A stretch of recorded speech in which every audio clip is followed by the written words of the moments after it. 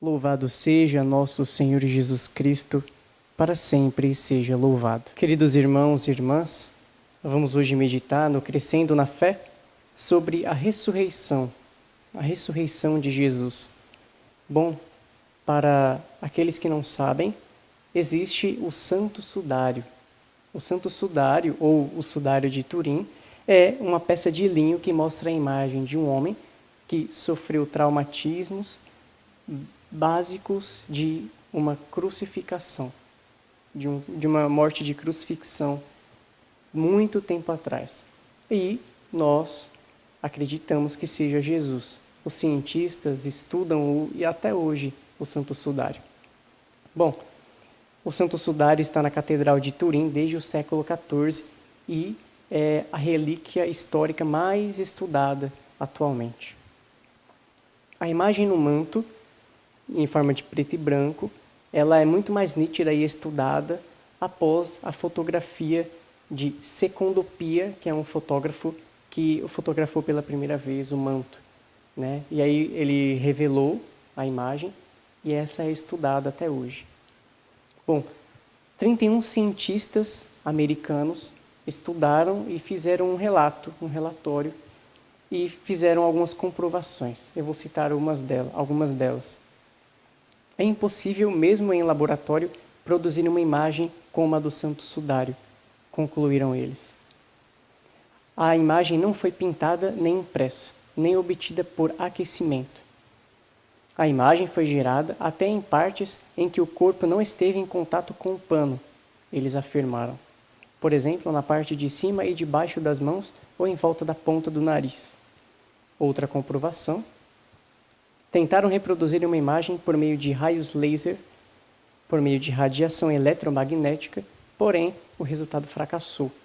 Ou seja, o tecido do Santo Sudário, ele não foi reproduzido por mãos humanas, a imagem nele, contida nele. Bom, para quem também não sabe o que significa a palavra sudário, é um lençol, um manto, o qual as pessoas cobriam os mortos quando eram sepultados. Também significa mortalha, tá?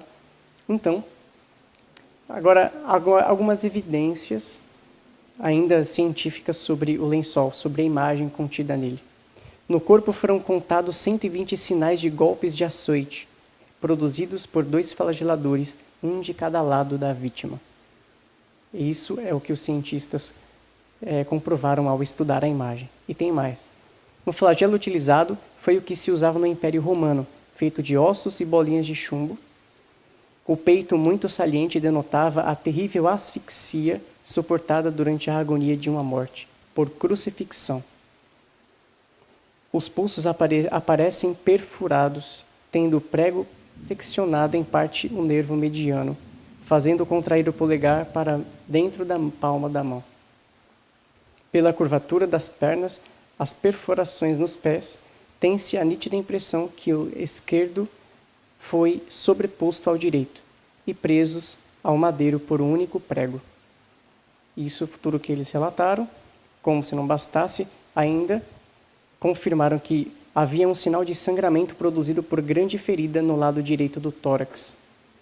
E, por fim, havia 50 perfurações na fronte, na cabeça e na nuca, compatíveis com uma coroação de espinhos. Portanto, todos esses relatos e conclusões que os cientistas fizeram, nós constatamos, através da nossa fé, que era Jesus Cristo, que foi envolto naquele pano, naquele tecido, o sudário. Para crer em Jesus Cristo, depende unicamente da nossa fé e da nossa experiência com Ele. Não depende da nossa razão. Por exemplo, os discípulos só acreditaram em que Cristo ressuscitou depois que se encontraram com Ele, depois que fizeram uma experiência. Portanto, nós também só conseguiremos ter provas incontestáveis que Cristo ressuscitou quando o experimentarmos em nossa vida, num retiro, numa oração, através de um milagre que nós presenciamos, enfim. O Catecismo da Igreja Católica, no ponto 651, diz: se Cristo não ressuscitou, então a nossa pregação é vã e também é vã a nossa fé. 1 Coríntios capítulo 15, versículo 14. Portanto, nós nunca podemos acreditar na reencarnação. Por isso que o Espiritismo ele é incompatível com o cristianismo. Se nós acreditamos na reencarnação dos mortos, o sacrifício, a morte, a paixão de Cristo e a ressurreição dele foi tudo em vão. Então, é incompatível. E no ponto 1694, diz assim: incorporados em Cristo pelo batismo, os cristãos morreram para o pecado e vivem para Deus em Cristo Jesus, participando assim na vida do ressuscitado, esforçando-se por ser imitadores de Deus.